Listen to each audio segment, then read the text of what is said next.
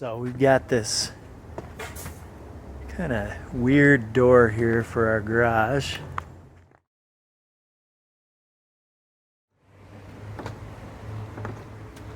What we'd like to do is take this.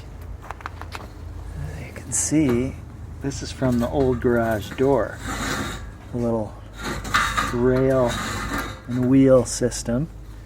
And so our plan is to kind of fix up the door and just turn this into a sliding barn door for the garage.